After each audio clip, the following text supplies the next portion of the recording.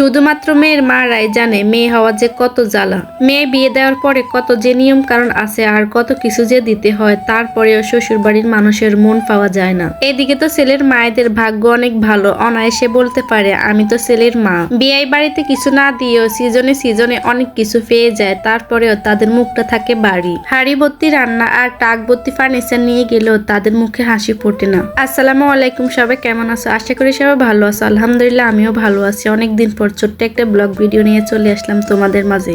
Video শুরু করার আগে একটা কথা বলতেছি, এই যে এতক্ষণ ধরে কথাগুলো বললাম না, এগুলো আবার কেউ গায়ে মাখিও না। অনেকে আছে আমার ভিডিওর কথাগুলো খুব গায়ে মাখে, তাই বলতেছি দুঃখিত, কাউকে মিন করে কিছুই বলি নাই, শুধুমাত্র একটু বাস্তব কথাগুলোই বললাম। এরপরেও যদি কেউ মনে করে কাউকে উদ্দেশ্য করে বলতেছি তাহলে দুঃখিত, কিছুই করার নেই।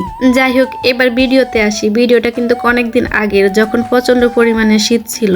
এতক্ষণ ধরে তো সবাই পিঠা বানানো দেখে হয়তো ভাবতেছে এগুলো কিসের পিঠা বানানো হইতেছে। এই যে পিঠাগুলো দেখতেছো না, এগুলো আমার চাচাতো বোনের শ্বশুর বাড়িতে দেওয়া হবে। আমাদের নোয়াখালীতে একটা নিয়ম আছে, নাতি নাত করে যদি দাঁত উঠে তাহলে নানার বাড়ি থেকে পিঠা বানিয়ে দেওয়া হয়। আর এই পিঠাগুলোকে আমরা বলি দাঁতের পিঠা। কার কার অঞ্চলে এসব নিয়ম আছে অবশ্যই কমেন্টে জানাবে। আরো অনেক কিছুই নিয়ম আছে, তবে ওইগুলো তো আর করা হয় না, আর দেওয়া হয় না। তবে এই ভিডিওটাও আমি দিতাম না। একজনে বারবার করে জিজ্ঞেস করতেছে এই ভিডিওটা দিই না কেন। আসলে সবাই তো আর খারাপ চায় না, কিছু মানুষ আছে মন থেকে মানুষের ভালো চায়। কেউ কোনো কাজ করলে খারাপ ভাবে নেই না, ভালো ভাবে নেই।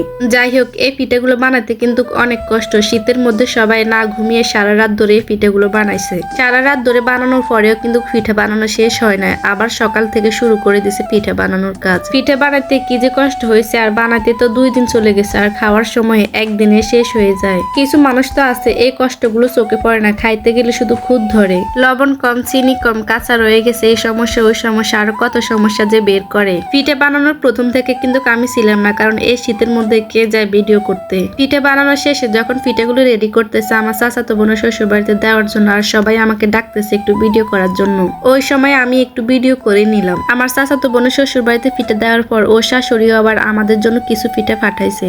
আর এই পিঠাগুলো কিন্তু এরকম তাফা বা খোলার মধ্যে লাল লাল করে পুড়ে ভেজে নিলে খেতে অনেক মজা লাগে। বিশেষ করে যে জায়গাটা এরকম পুড়ে যায় না, ওই জায়গাটা খেতে অনেক ভালো লাগে।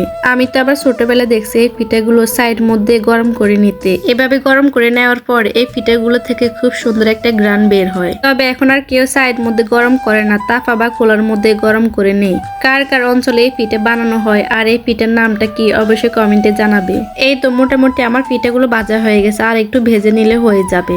এবার একদম কমপ্লিট, গরম গরম খেতে অনেক ভালো লাগবে। আমার মতো যারা অলস আছে তারাই এরকম করো, 1 বছর আগের ভিডিও 1 বছর পরে দিই। মোবাইলের মেমোরি একদম ফুল, কিছু ভিডিও ডিলিট করতে গিয়ে এই ভিডিওটা চোখে পড়লো, তাই ভাবলাম ভিডিওটা দিয়ে দিই। আর ভিডিওটা কেমন হয়েছে অবশ্যই কমেন্টে জানাবে। সবাই ভালো থেকো, সুস্থ থেকো, আল্লাহ হাফেজ।